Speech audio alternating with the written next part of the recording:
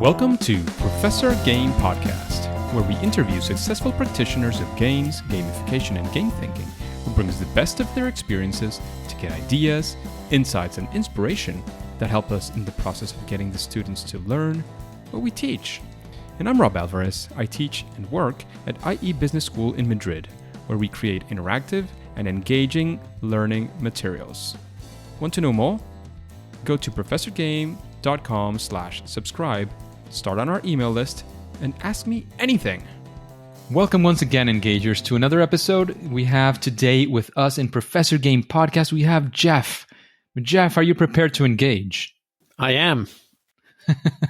Let's do this, because Geoff Engelstein is an award-winning tabletop game designer whose titles include Space Cadets, The Fog of War, Pit Crew, The Expanse, and recently released Versailles, 1919, and Super Skill Pinball. He's also an adjunct professor of game design at the NYU Game Center, so very, very exciting.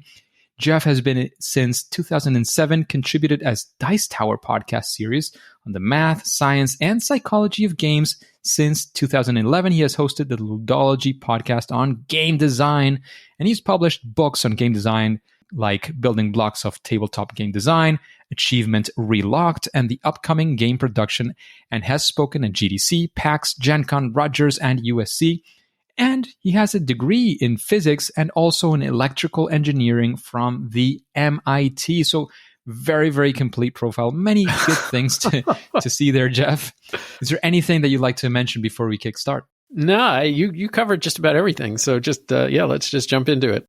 So Geoff, we're delighted to have you in the podcast today, but we'd like to know a little bit about, your typical life and, one day in the life of Geoff, or, 1 week. What is it? I don't know if to call it a regular day or not, but how does that look like? Well, a lot of the game design stuff that I do is, I won't say a hobby, but it's not my main source of income. So most of the time I spend, I do a lot of engineering and product development. Running a business takes up most of my time. But certainly, in the evenings and on the weekends and stuff like that, I spend a lot of time thinking about game design and game theory and the way that it intersects with psychology and other aspects of the world, as well as just kind of working on my own designs to try to put some of that theory into practice.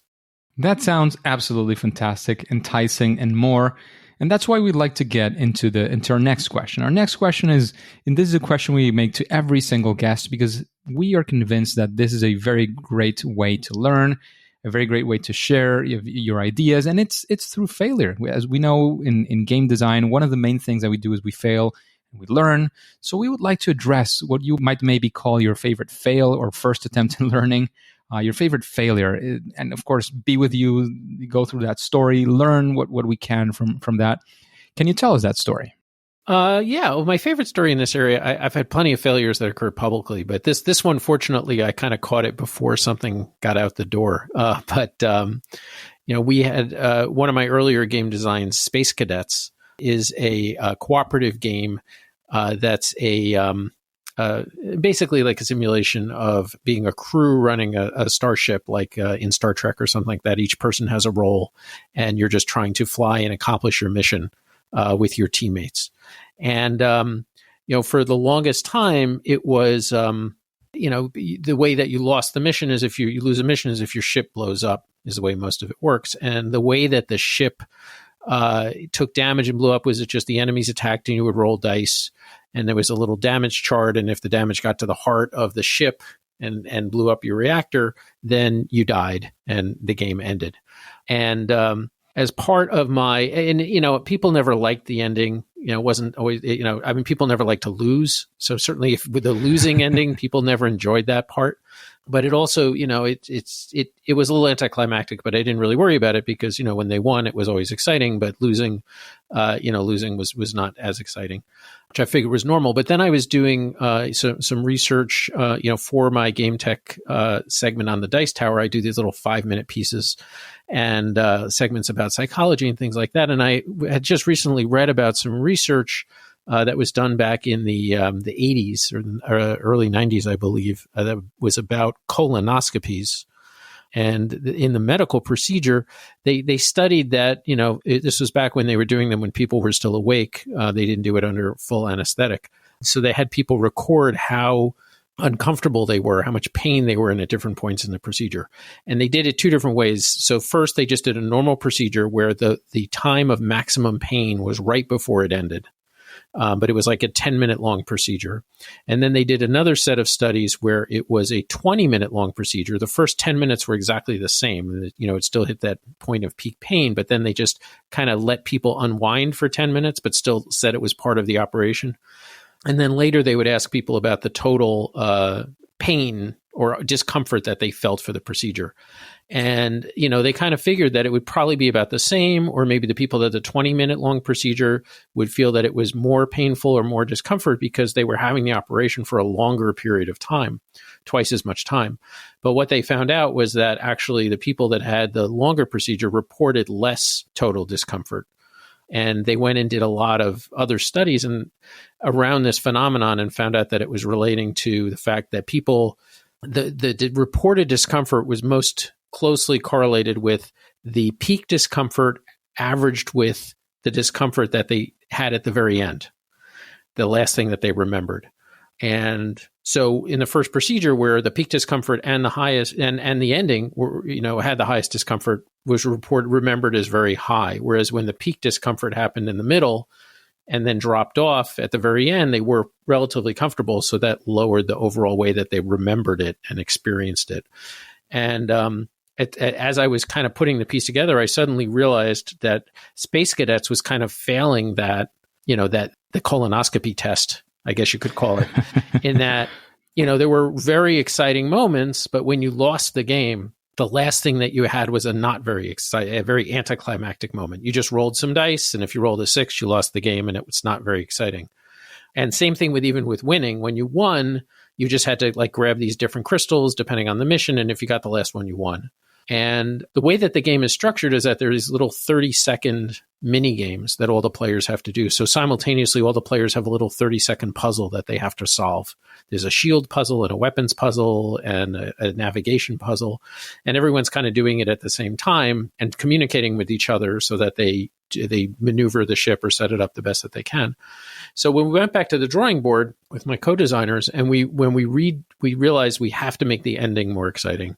And we ended up adding this thing that in order to win the game, you didn't just have to accomplish the goals, but you also had to jump out of the sector. And we added this little warp jump mini game that you had to do, where you had 30 seconds to basically roll 5 dice and have them all be the same, but you could manipulate them and do other things, which was very exciting. And then even when you lost, rather than if you took all this damage, we left that the same. We didn't make the players instantly lose. We added what we called a core breach mechanism, which was where if you got a core breach, you could potentially lose. And the way that it worked is that during the next 30 seconds, when everybody was doing their job, you now had an extra thing that the whole team needed to do together during that same 30 seconds, which was just matching shapes. It was super simple, but because it was 30 seconds and because you had to do it at the same time you're doing your other job, it got very crazy and frantic. And the first couple of times it was easy to do, but it got harder and harder each time you had another core breach. And eventually, your ship would blow up. We made it so it was, it was only in 30 seconds, it was only so many shapes that you could match. And just that change to the game of adding those two little exciting finishes just completely changed the characteristic of it. And our play test just went so much better after that, I was so happy that we realized that, that failure to create an exciting moment right at the end was really hurting us. And, when we corrected it, even, a lot of the positive comments that I got of the game after it released was about how much fun the ending was. And even when people lost the game, it was still so exciting and so cool that they remembered it very fondly.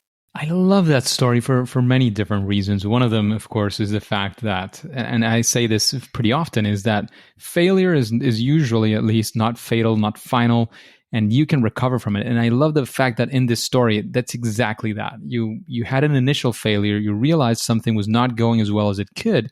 You did something about it. You found out in the playtest. You figured out something new, went back to the drawing board for the ending.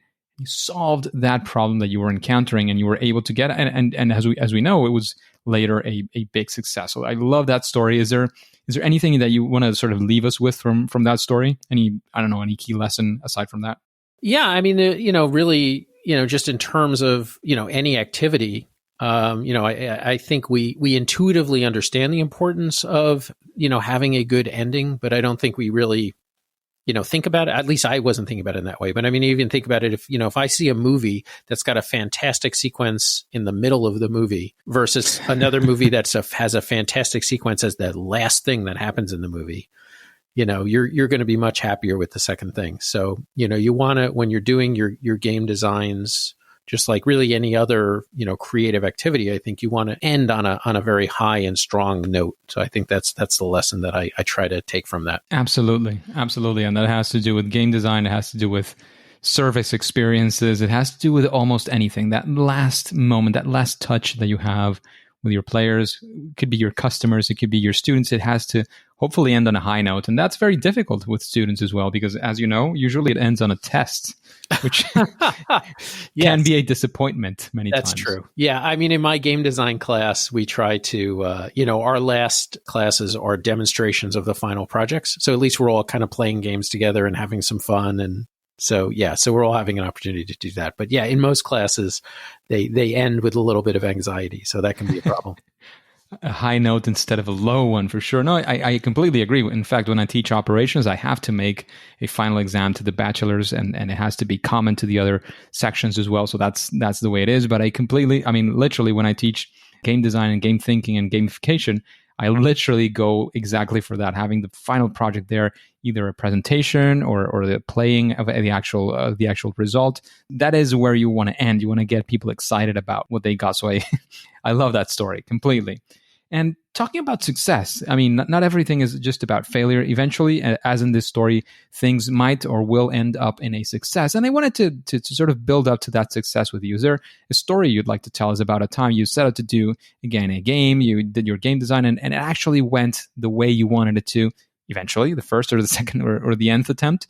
And we want to be there with you. If there's any sort of success factors that you want to discuss, that would be great.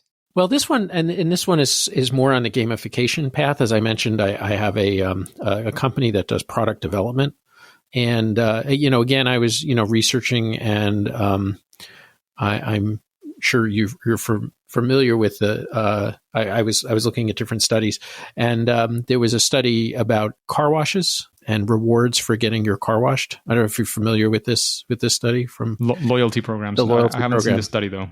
Yeah. So the idea was, that they gave, it basically, the idea is that if you give somebody pre-punches, they handed out two different types of coupons. You needed to get 8 car washes to get a free one. And if they gave somebody a coupon that was for 8 car washes, but nothing was punched out already, about 17% of the people got the free car wash. But if they gave one that had 10 punches on it, but 2 were already punched, so they still had to get 8 more, but they started out with 2, then almost double the number of people redeemed that coupon, completed it, versus having nothing done. And the researchers called that... and now I'm completely blanking on it. The term. I'm blanking on the name. But I know exactly what you're talking about. But it's basically like some sort of earned progress that they already had.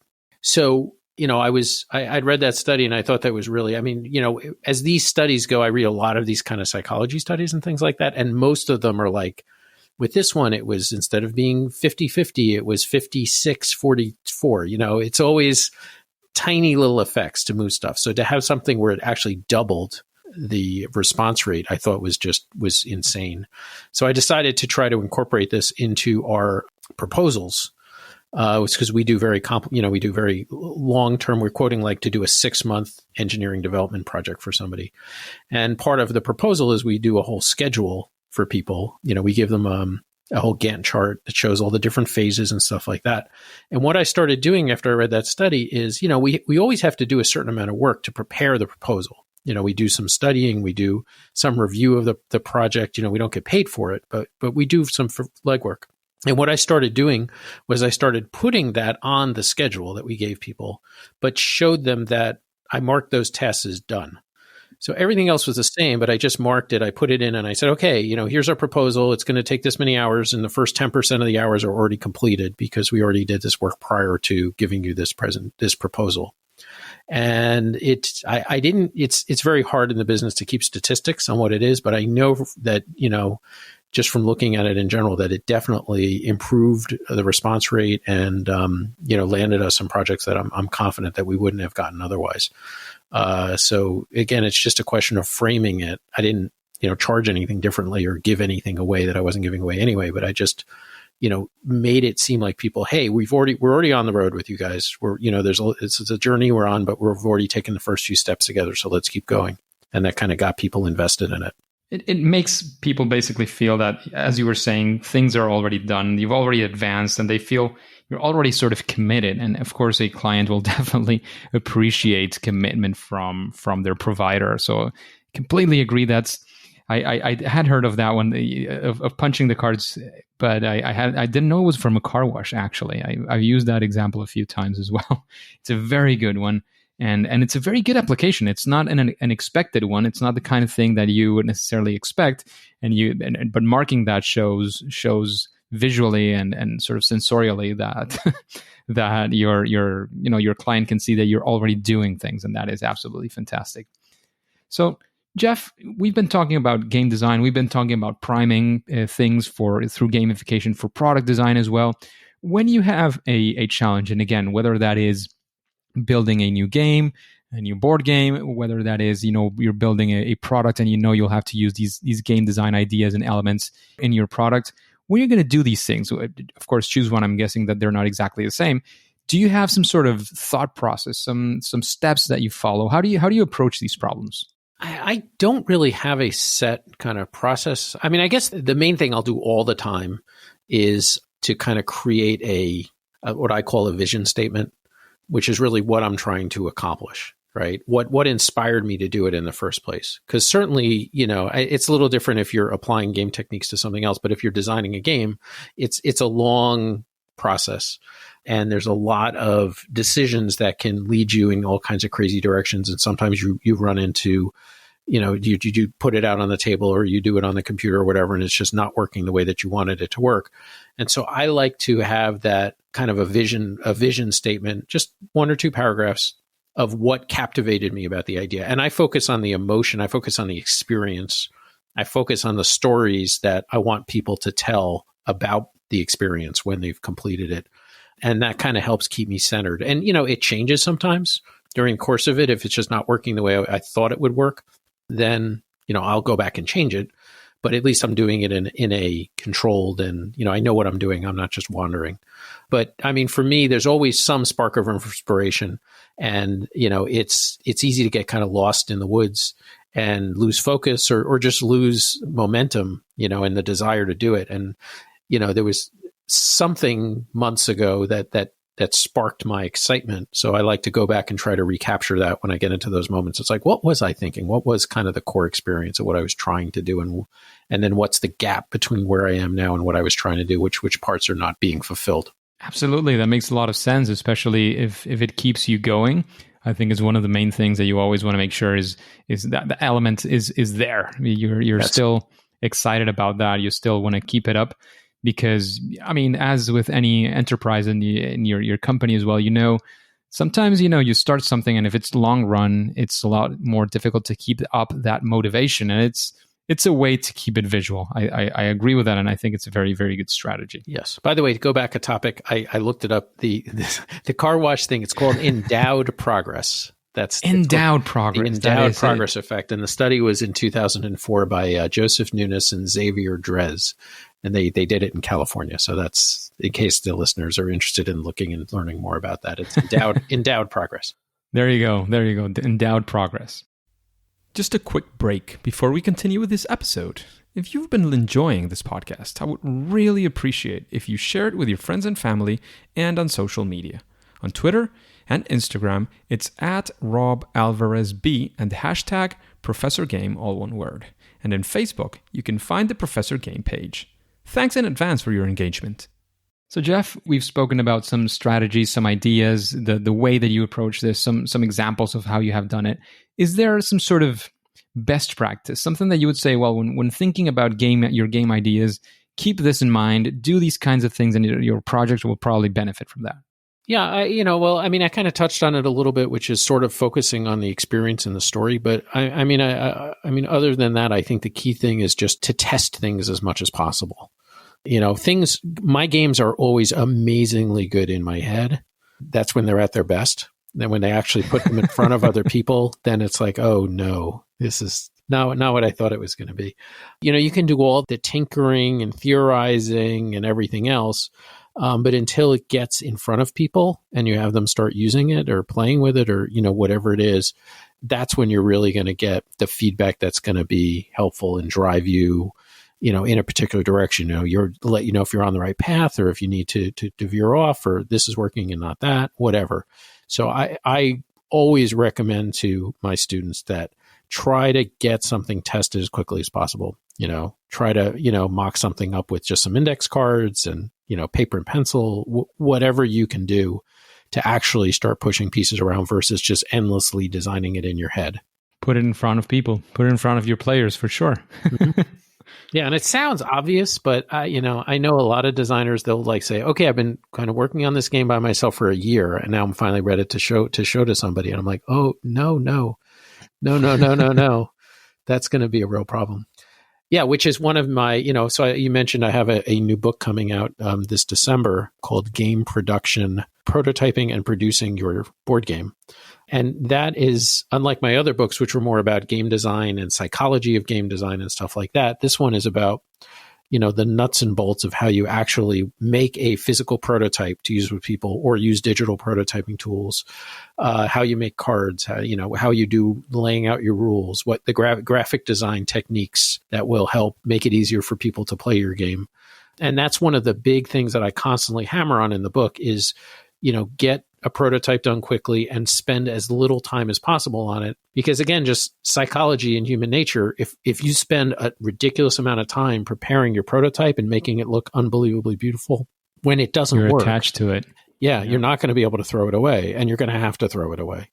So, to make that psychological element of it work, if just spend as little time as you can getting the prototype together. And so I talk about a lot of techniques to enable you to get something to the table quickly. It's funny. I was very recently at giving a talk with the Club of Behavioral Economics at the university I teach at. They invited me for a talk, and somebody asked because I said ship very fast. I'm not sure it's with the founder of one of these giants, LinkedIn, Amazon. I'm not sure which one who says if you shipped your first product and you were not embarrassed by it, you shipped too late. Okay, that's interesting. So you can take it as maybe not shipping, but play testing before. Sure.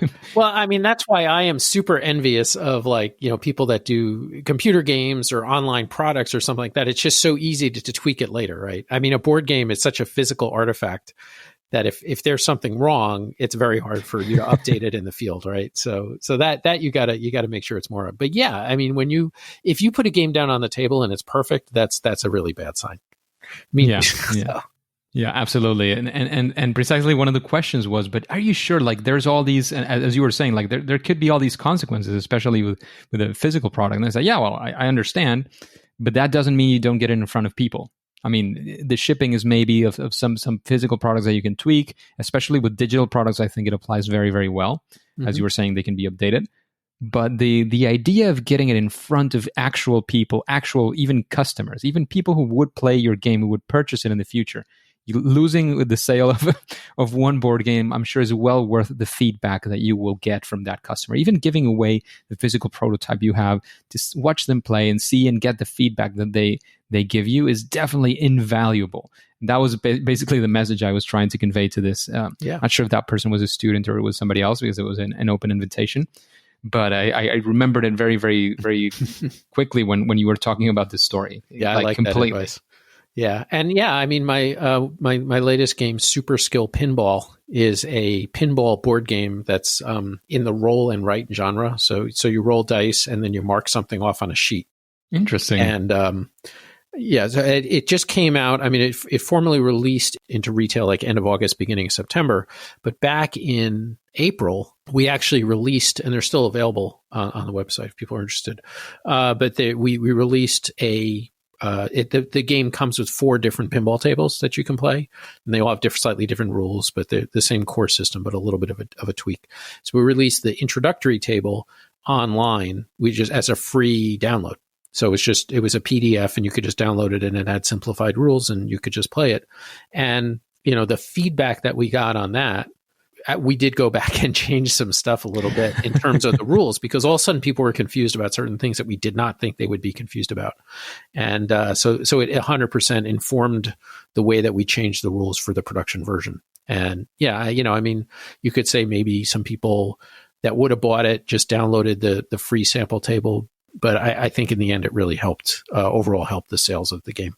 Absolutely. Because if your product depends on those extra, 10 sales that would have gone down the sink, the problem is not that you gave it away to 10 people. You have another problem. Yeah. Well, this is really up. So, this has been downloaded thousands of times now. So it's because it's. But I mean, in general, when you're getting it in front of people, not necessarily giving it away online, and especially with somebody who can reach quite a large audience like yourself. But I mean, in general, if your problem is that one, you probably have a bigger problem than giving away a few of your copies. Mm-hmm. So Geoff, talking about recommendations, that's a fantastic recommendation. And I would like to know if you have. I know you also interview a lot of people, so this is a especially useful question in this case, at least for the audience and for me. After hearing these questions, understanding a bit of what the podcast looks like, is there any person that comes to your mind that you would say, this person I would really like to listen to an interview like this one in Professor Game? I'm a huge fan of, and maybe this is a little bit of a different angle, but I'm a huge fan of graphic artist Daniel Solis. He did the for one of my books, the encyclopedia of it's called Building Blocks of Tabletop Game Design, which is like an encyclopedia of mechanisms. We have about 200 different mechanics that you can incorporate into games, and he did all the illustrations on the mechanics. But the way that he approaches graphic design in terms of treating it as a real language, of creating a grammar for the game and for, whatever it is, if you're doing gamification or whatever, I just think that he's such a combination of analytical, psychological, and artistic approach to, kind of creating what are the verbs and what are the nouns and how are we going to represent them and how are we going to be consistent and how is it going to be easy for people to understand that. I think the work that he does and just the way he thinks about it is just fascinating. That sounds like a fantastic recommendation, a different type of interview for sure. But I think we could get many, many insights from a person who has those insights for sure. And talking about that, I know you have many books, and of course, we recommend each and every one of them, as well as the one that is upcoming in December. This interview is going to be coming out in December, depending on the day. Maybe it's out, maybe it's coming out. But aside, or maybe even right next to your books, what book would you recommend to the engagers? Because, of course, I don't want to ask you to recommend just one because you have many. They're your kids, of course. What book would you recommend, and why would you recommend that book? One that's not mine, you mean? Ideally, of course, yes. Yours are already recommended for sure. There's a lot of real, classics in the genre. There's one that I think is really good is the Psychology of Video Games. What's the gentleman's name? Jamie Madigan. Thank you. Sorry. Okay, I'm going to try to do it again. Yes, Jamie Madigan, actually past guest as well. Okay. So he has a recent book as well. Another book he launched very, very recently. I got a copy. The Engagement Game is the new one. Yeah. But I think that the Psychology of Video Games in particular is a really exceptional book. And, of course, if you haven't read it, the one of the seminal works in this is Ralph Koster's Theory of Fun is just terrific. So, but there's been a lot of really, kind of interesting books and taking different angles to look at games and psychology and the way that they all kind of intersect. Absolutely. Very, very interesting book. Definitely an interesting character as well, Jamie. You can go back in the archive and find Jamie as well and be excited about that book. And now as well, maybe if it ignites your interest, maybe the new one, whatever, is great for you. But that is a very good recommendation for sure. And talking about recommendations, And this one is going to be probably a difficult one as well. What would you say is your favorite game? I get this question all the time, and it's one of my least favorite questions because it's, I feel like it's so dependent on the group of people and the mood and stuff like that. But okay, I will say that one of my favorite games, just everything else put aside, is a Civilization board game called Through the Ages, which is by Czech designer Vlaada Chvátil. And it's kind of, sort of loosely based on the Sid Meier's Civilization, which is sort of loosely based on the old Francis Tresham Civilization. So this goes with a long pedigree. But, if you're interested in that genre, the kind of the 4X genre, Through the Ages does so many things smartly from a game design perspective that if you're, interested in a real deep meaty game, but it's also, what he chooses to abstract versus what he chooses to get into the details for is just a masterful job. So that's Through the Ages is one of my favorites. Through the Ages. Sounds like a fantastic game. I haven't played it. It's probably now on my list as well. Yes. And there's a fantastic app. If you are going to do it, the app is also a terrific way to learn how to play it because it's got really good tutorials and handles a lot of the bookkeeping for you. So Nice. Very good integration between the physical and the digital world, it seems. Yes. And what would you say in this world of game design and creating these products as well that are engaging and that might have some elements of gamification as well? What would you say is your superpower? That thing that you do great and you probably do better than at least most other people. Well, and I think this annoys people maybe too, but especially my students is, people, I have a vast game library at home. I've been playing games, since the 1970s, and I've got literally thousands of board games in my basement. And, so whenever students come to me or other designers and they say, hey, I just got this great new idea. I want to try to do this. And I'm always like, oh, that's really cool. I think you could be cool about that. And also, you may want to check out this game, this game, this game, this game, and this game, which also do that.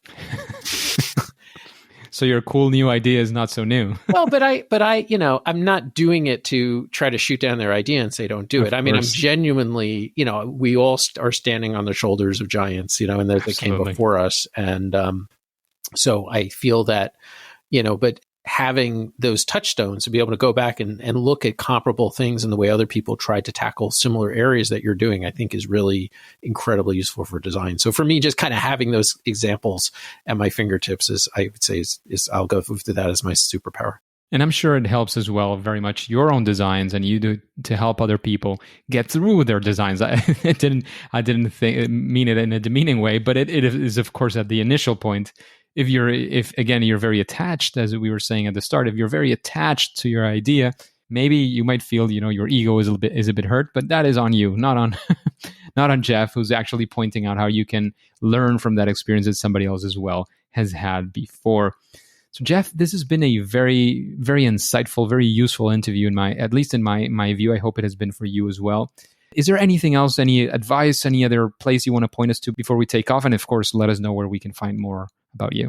Well, first, thanks so much for having me on. It was delightful. I really have enjoyed listening to your podcast, and it's a thrill to be on. If people are interested in following me and my other stuff, best bet is probably on Twitter. That's where I do most of my work, and it's at G Engelstein, which is GENGELSTEIN.